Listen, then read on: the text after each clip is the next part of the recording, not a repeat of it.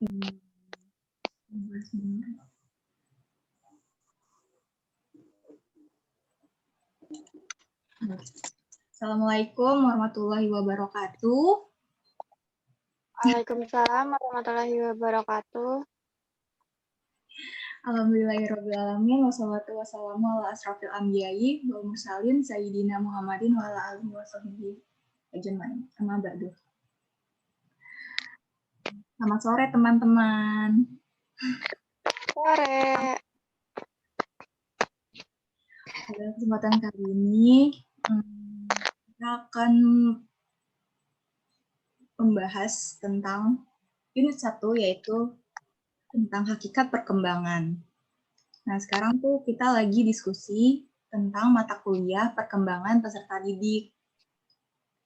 Karena unit 1 ini kita membahas tentang hakikat perkembangan, di sini apa aja sih yang akan kita dapat setelah kita mempelajari tentang hakikat perkembangan?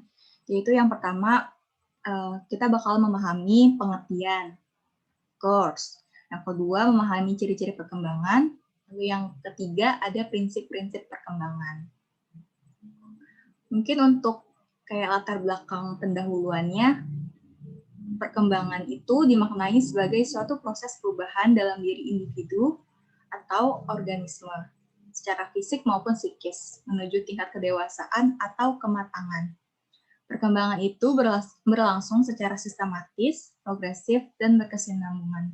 Secara psikis, perkembangan mengarah kepada pembentukan kepribadian yang sangat menentukan seseorang dalam bersosialisasi. Jadi, di dalam dunia pendidikan itu, proses sosialisasi itu terdiri dari beberapa tahap. Salah satunya adalah tahap perkembangan. Tugas perkembangan merupakan suatu tugas yang muncul pada periode tertentu dalam suatu tentang kehidupan individu. Apabila tugas itu dapat berhasil dituntaskan, akan membawa kebahagiaan atau kesuksesan dalam menuntaskan tugas berikutnya.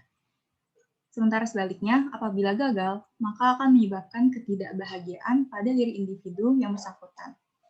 Juga menimbulkan penolakan di masyarakat dan kesulitan dalam menuntaskan tugas-tugas berikutnya. Oleh karena itu, kemampuan menilai dan memahami lebih jauh tentang perkembangan peserta didik menjadi syarat penting dalam suatu proses pengajaran. Jadi kita sebagai calon pendidik nantinya ya, amin ya rabbal alamin, memahami perkembangan perilaku dari peserta didik itu juga merupakan salah satu syarat penting untuk menjadi tenaga pengajar yang baik. Selanjutnya, mungkin ada yang mau disampaikan? Ya, yang kedua itu adalah pengertian perkembangan. Pada dasarnya, perkembangan menunjuk kepada perubahan sistematik tentang fungsi-fungsi fisik dan psikis. Perubahan fisik meliputi perkembangan biologis dasar sebagai hasil dari konsepsi atau pembuahan ovum oleh sperma, dan hasil dari interaksi proses biologis dan genetika dengan lingkungan. Sementara perubahan psikis menyangkut keseluruhan karakteristik psikologis individu, seperti perkembangan kognitif, emosi, sosial, dan moral. Perkembangan merupakan proses perubahan kuantitatif dan kualitatif individu dalam rentang kehidupannya, mulai dari masa konsepsi, masa bayi, masa kanak-kanak, masa remaja, sampai masa dewasa. Dengan demikian, perkembangan dapat diartikan sebagai suatu proses perubahan dalam diri individu atau organisme, baik fisik atau jasmaniah maupun psikis atau rohaniah, menuju tingkat kedewasaan atau kematangan yang berlangsung secara sistematis, progresif, dan berkesinambungan. Baik, selanjutnya ciri-ciri perkembangan. Ayo, sok. Selanjutnya ada ciri-ciri perkembangan. Mengenai ciri-ciri perkembangan dalam diri individu atau organisme dapat diuraikan sebagai berikut. Yang pertama, terjadinya perubahan ukuran dalam aspek fisik, tinggi badan, berat badan, dan organ-organ tubuh lainnya. Sedangkan aspek psikis, semakin bertambahnya pembendaharaan kata, serta matangnya kemampuan berpikir, mengangkat, dan menggunakan imajinasi kreatif. Yang kedua, terjadinya proses proporsi dalam aspek fisik. Proporsi tubuh anak berubah sesuai dengan fase perkembangannya. Dan pada usia remaja, proporsi tubuh mendekati proporsi tubuh dewasa. Sedangkan pada aspek psikis, perubahan imajinasi dari yang fantasi ke realistis, dan perubahan perhatiannya dari yang tertuju kepada dirinya sendiri perlahan-lahan meluas kepada orang lain, terutama terhadap teman sebayanya. Yang ketiga, lenyapnya tanda-tanda lama dalam aspek fisik atau lenyapnya kelenjar timus atau kelenjar kanak-kanak yang terletak pada bagian dada, rambut halus, dan gigi susu. Sedangkan pada aspek psikis, ditandai dengan lenyapnya masa mengoceh atau meramban suatu gerak-gerik kanak-kanak, seperti merangkak dan perilaku impulsif seperti melakukan sesuatu sebelum berpikir.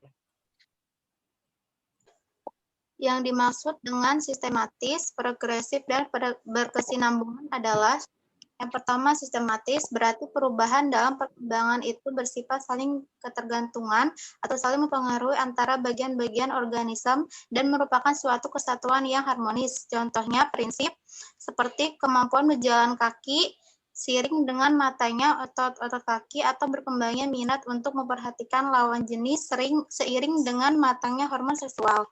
Yang kedua, progresif berarti perubahan yang terjadi bersifat maju, meningkat, mendalam, atau meluas, baik secara kuantitatif maupun secara kualitatif. Contohnya seperti terjadi perubahan proporsi dan ukuran fisik anak.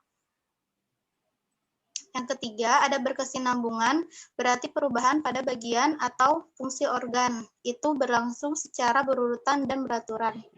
Contohnya, berjalan, anak lebih dahulu telentang, tengkurap, duduk, merangkak, dan berdiri. Sedangkan untuk anak dapat berbicara didahului dengan meraba, dan untuk mencapai masa dewasa harus melalui masa konsepsi bayi anak dan remaja. Nah, yang keempat, muncul tanda tanya baru dalam aspek fisik dan matangnya organ seksual pada usia remaja. Seperti menstruasi pada wanita dan bisa pada pria maupun sekunder, seperti membesarnya pinggul atau buah dada pada wanita dan tumbuhnya kumis serta perubahan suara pada wanita. Sedangkan pada aspek psikis, perkembangannya rasa ingin tahu terutama yang berhubungan dengan ilmu pengetahuan, lingkungan alam, nilai-nilai moral, dan agama. Oke, Jadi ya. baik. Aku tutup ya. Oke. Jadi untuk kesimpulan diskusi kita pada hari ini tentang materi hakikat dan perkembangan. Jadi hakikat perkembangan itu ada dua macam. Yang pertama fisik dan yang kedua psikis. Seperti yang kita tahu, fisik itu merupakan bagian dari tubuh, organ-organ seksual, atau sesuatu yang ada pada tubuh kita. Sementara untuk psikis adalah kejiwaan, moral, dan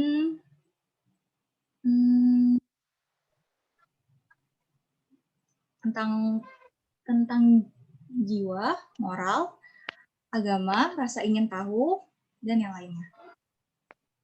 Baik, kita tutup. Wabillahi taufiq wal hidayah. Wassalamualaikum warahmatullahi wabarakatuh. Waalaikumsalam warahmatullahi wabarakatuh.